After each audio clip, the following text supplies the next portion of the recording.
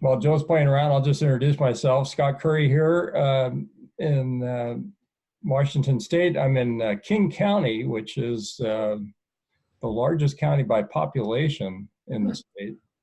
But I won't put my numbers against Oliver's numbers there. He's got more in his county than we have in the entire state. So,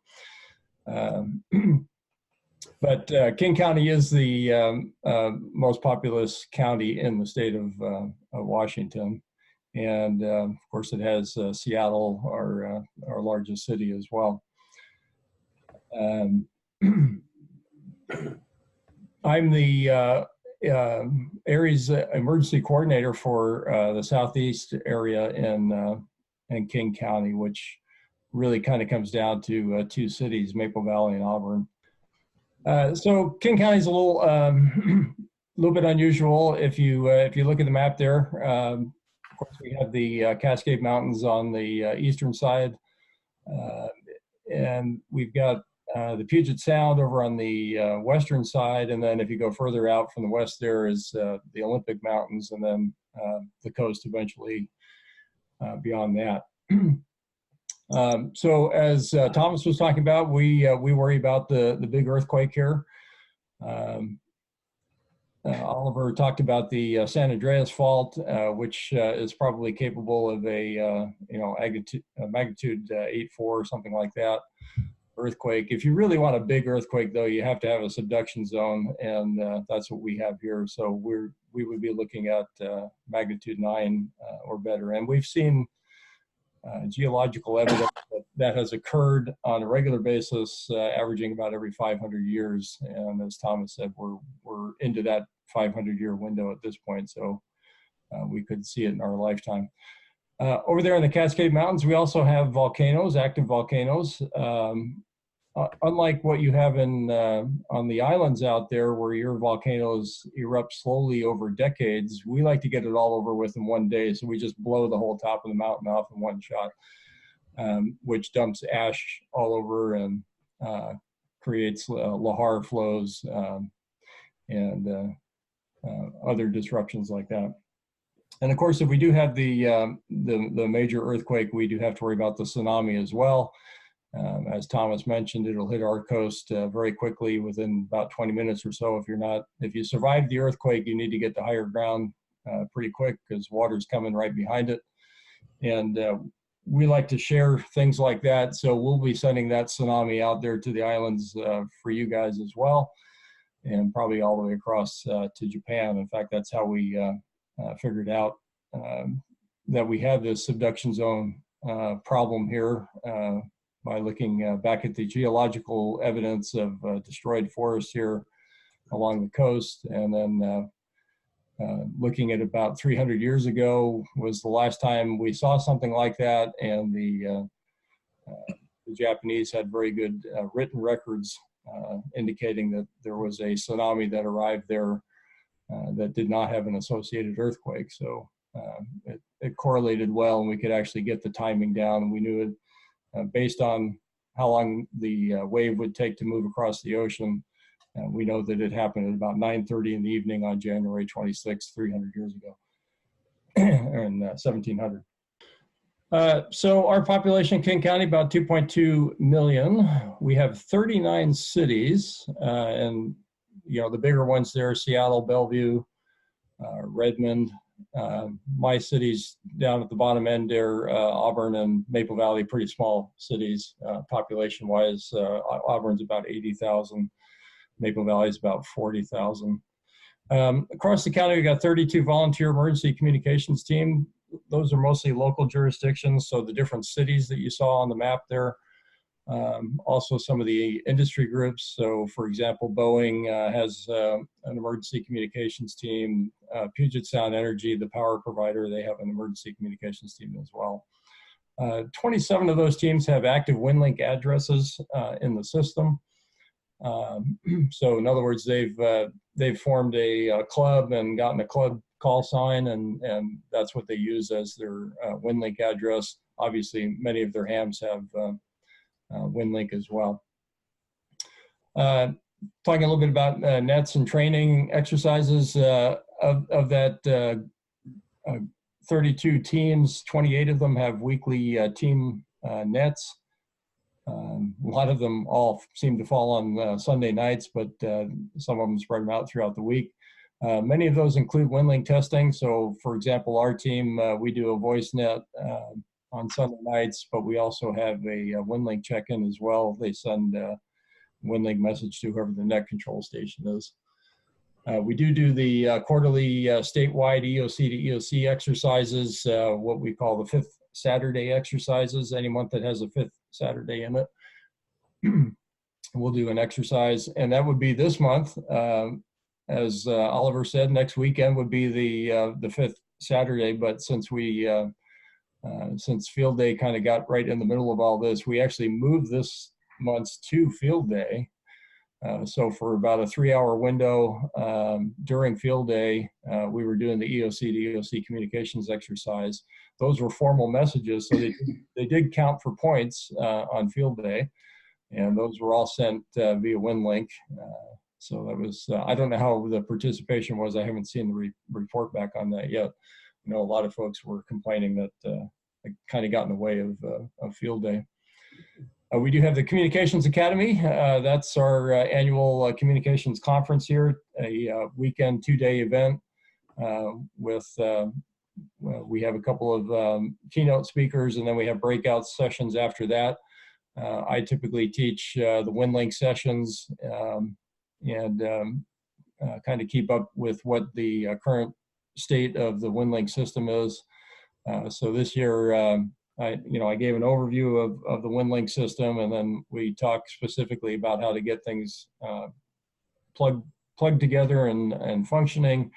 And then I focused a lot on sound card modes this year, and especially focusing on VARA and how that helps us out.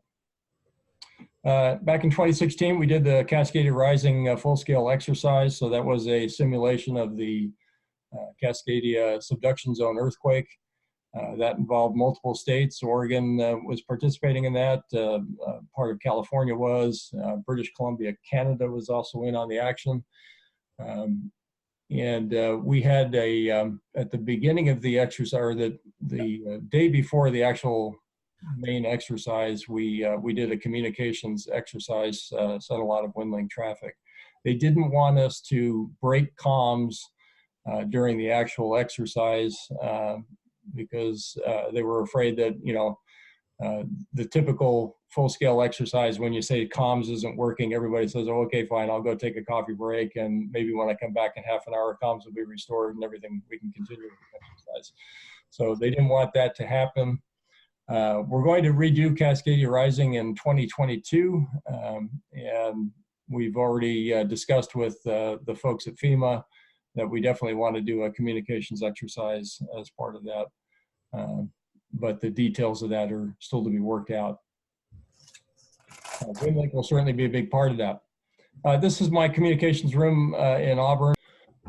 So in my comms room, we have the 800 megahertz trunked radios. All of King County, all public safety in King County is on one big 800 megahertz trunked radio system. What could possibly go wrong with that? Yep. We also have locally within our jurisdiction, we have a VHF radio system. We have 4 channels, essentially 2 repeaters and 2 simplex channels. We would use that for communicating with the different departments within the city. So police department, fire department, public works department, even our parks department, they would be handling sheltering for us. So they're on that system.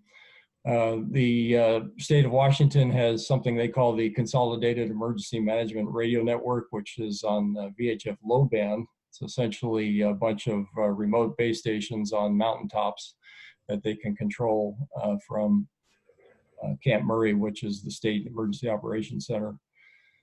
And then, of course, we have amateur radio. We have VHF and UHF voice and VHF and UHF digital, which is a Winlink primarily.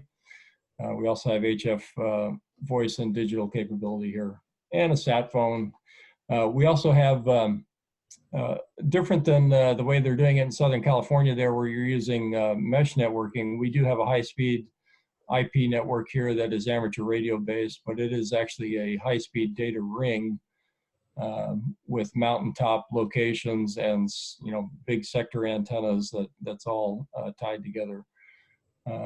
So if you've got a line of sight shot to one of those mountaintop sites, then you're getting high-speed IP networking. And of course, we have IP phones that we can connect up to that as well. I'll talk kind of briefly about equipment here. Traditionally for Winlink, the TNC was our workhorse. So a terminal node controller, which got us 1200 and maybe 9600 baud packet. In many places that still is the workhorse, but of course it is a one-trick pony. If you're running a TNC, you're running packet, AX.25 packet radio, and that's all you're doing.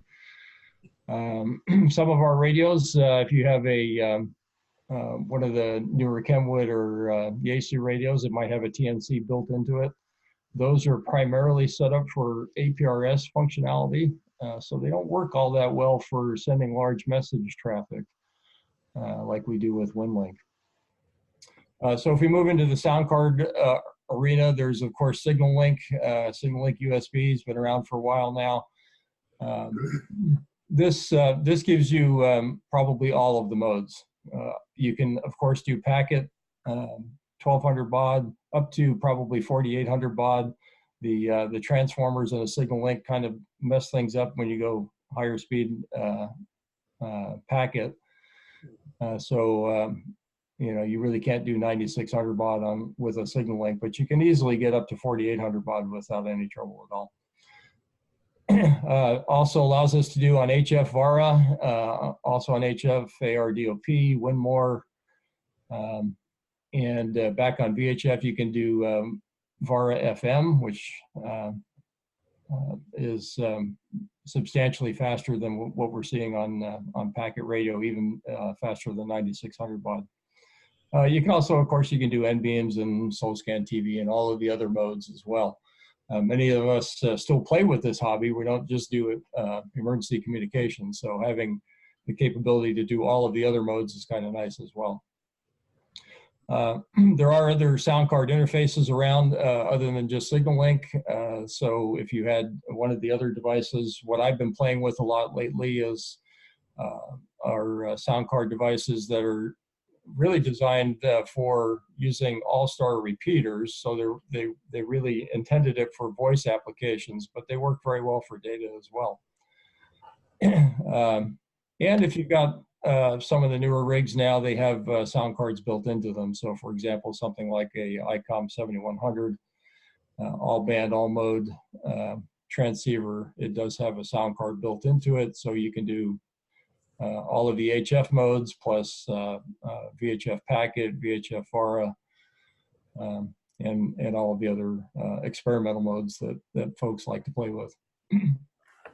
So I really, I can't in good conscience anymore tell people to go out and spend $300 on a TNC and only do 1200 baud packet. I tell people get at least get a SignalLink or some other sound card, and that opens you up to all of the different modes. It can be a little bit more complicated. You may have to run some additional software, or you will have to run some additional software to do that TNC protocol application. But that's not terribly difficult to get functioning, and gets you all of the other modes as well. So I think that's really the way to go. I didn't have anything else to talk about, but we could certainly do some demonstrations here if you wanted to, or we could go right into question and answers. Joe, I'll turn it back to you and let you decide which way you want to head with that. Okay, we still have 9 people here, and if anybody in the room has questions, I think you probably have to come up closer to the computer here and talk. Anybody with questions? If you could just relay my question. What was the alternative to SignalLink? What's the alternative to SignalLink, Scott?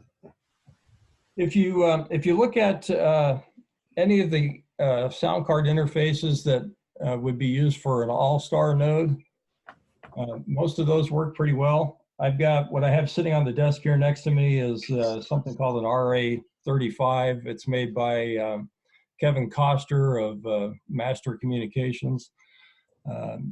Pretty nice little board. I also have, so this is one that I just built up. That's what's inside of it. That's really just a, that's about a $5 USB sound fob inside there. And then I added the little board on the back end of it there.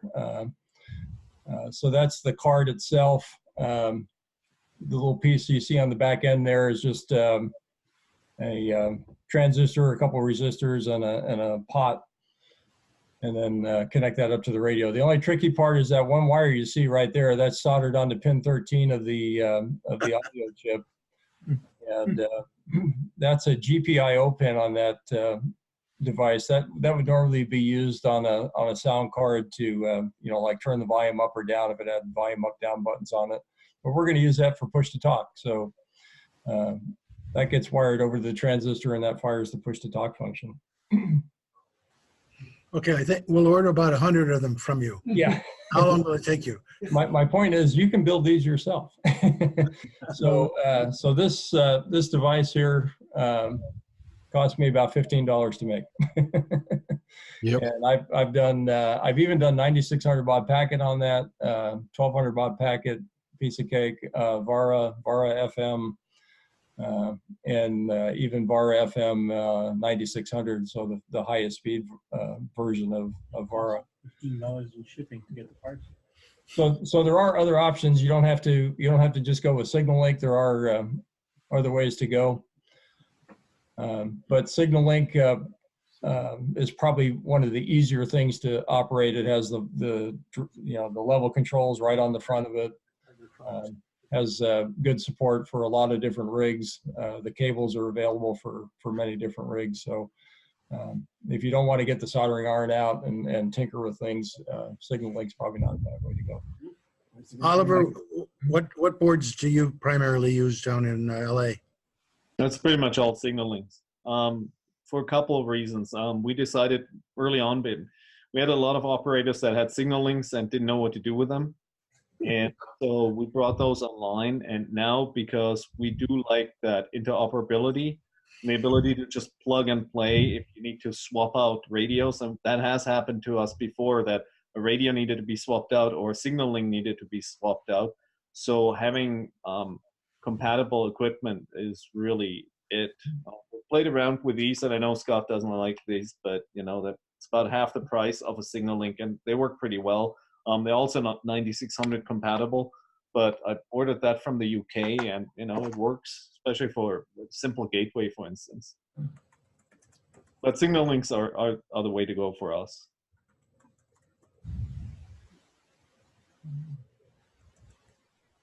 So I'm going to fire up a packet session here while you guys are chatting. This is using, like I said, the RA35. Over here I'm using UZ7HO sound modem that provides the software TNC. And since I'm using that RA35, it uses that GPIO pin. I have to run this additional application, CAT 7200, which does the push to talk for me.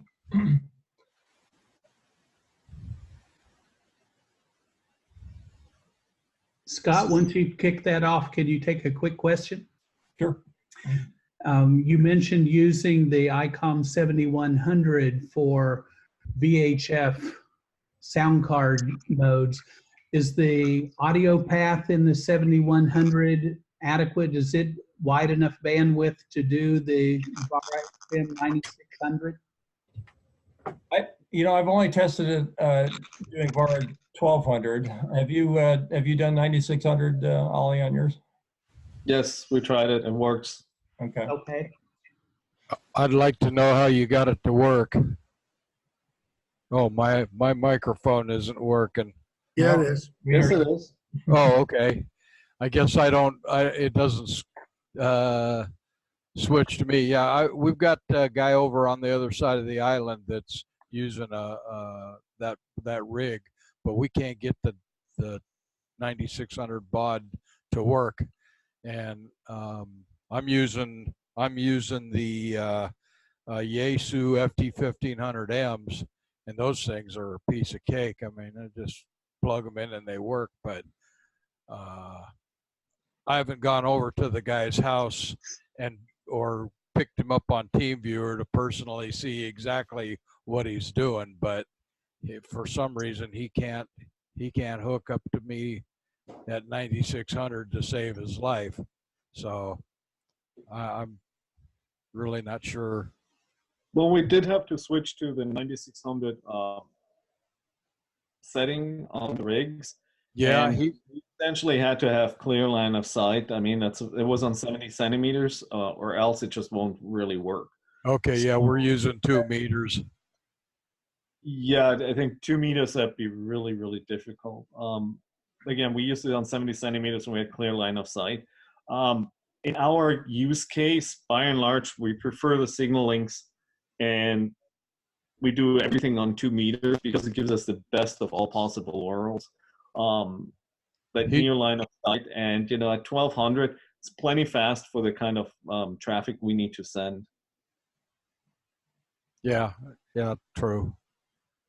I had a question for you, Ollie. Um, I'm actually from your area originally. My mom still lives down in Lakewood, and I'm Okay. going to be over there next month. You got any mesh stuff down in that part of um, the county? In Lakewood? Yeah. Well, at this point, pretty much all of the county is covered. We went there's a mesh backbone from the Mexican border all the way to Santa Barbara and beyond. On the other side, it now extends all the way to Palm Springs. The Coachella Valley, in January, I gave a talk there. They had practically zero mesh, and now they're completely mesh. So at this point, it's just more about, can the single stations hook up to the mesh nodes that are on mountaintops? Because we got Mount Wilson, Verdugo, Pleasants Peak, all these high sites now have mesh nodes on there. Okay. Oliver, and do I remember correctly that all of that backbone is all commercial equipment running on non-amateur radio channels for your mesh? It's not like an Arden or Oh, no. Can-Man, correct? On the contrary, it's all Arden. Oh, okay. I thought that Mike Burton had told me before that link that links north-south, all the hospitals and blood banks and everything was all commercial equipment, non-amateur frequencies. Yeah, that's Mike's network. Is that separate? Okay. Yeah, that's his network, and that's the decision. And I mean, the thing about that is, and Mike and I, we've had that conversation. The thing about that is, you max out at 253 nodes. That's the natural, DHCP limit for any particular subnet, right? Whereas right now, if I booted up the mesh, we'd be looking easily at between 400 and 600 nodes that are active right now in SoCal. We went from 2 years ago in our district, there were 4 people who knew how to do this. 2 of them worked for JPL, to now having about 80, 90 people. And I mean, between Tron and myself, we've got 15 nodes. As you know, I'm not permanently connected, but we could set up a network between different hospitals in no time. Okay. Yeah, I did not know that you had 2 separate parallel networks there. Well, Right. You're running a demo in the background here. Yeah, so I just downloaded that. I switched to VARA here, and I just downloaded that message from Oliver. It was basically 30K there. It took 45 seconds to download it over VARA. Do you want to show the message, see what it is? Because I think you can actually tell the faces.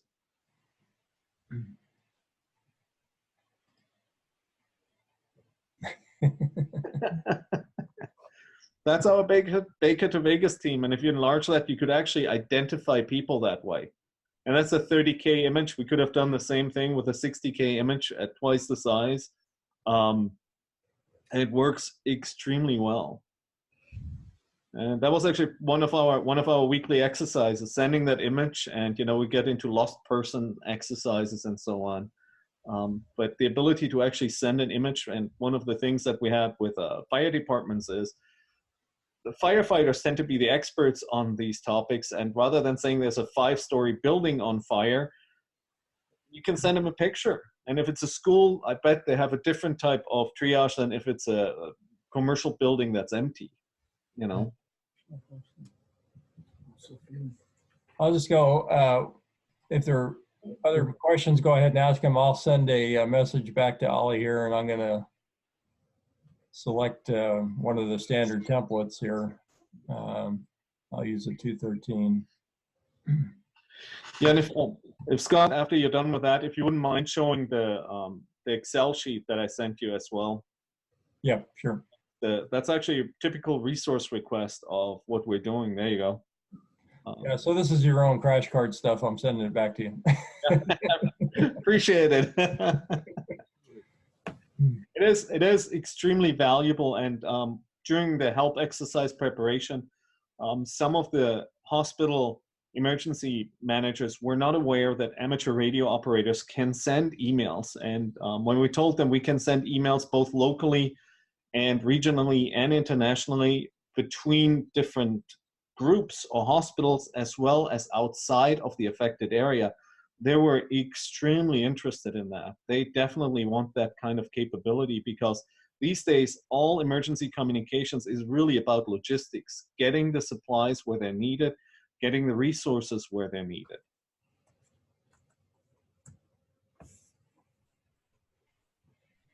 Joe, it's 8 o'clock. Yeah. We'll finish this and we'll shut her down. It's only take a few seconds. Guys, we're going to have to pack up Okay, here shortly. before you get locked in. We're kicked out. So here's the Excel spreadsheet he sent me. So regular old Excel spreadsheet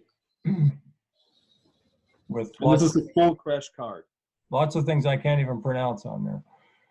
I saw disposable.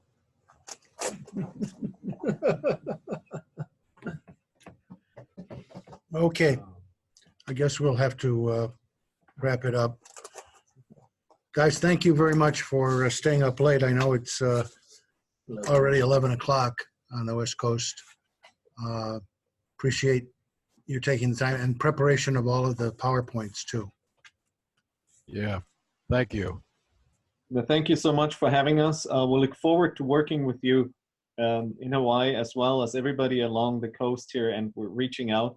I think we're all great resources for each other, and we learn a lot from you, and hopefully we can share some of our information with you going forward. So thank you so much, Joe, for having us, Scott, Thomas, Jim, for all the great work you're doing. Really appreciate it. Appreciate you guys. I definitely would like to see if people have questions or want to continue developing some of these ideas. I'd love to see it on the Winlink supported email reflectors, because then a much wider circle of people will see the progress that's being made and can learn at the same time. Okay. You'll see a lot of answers coming up from all of us. Okay. We look at those forums constantly.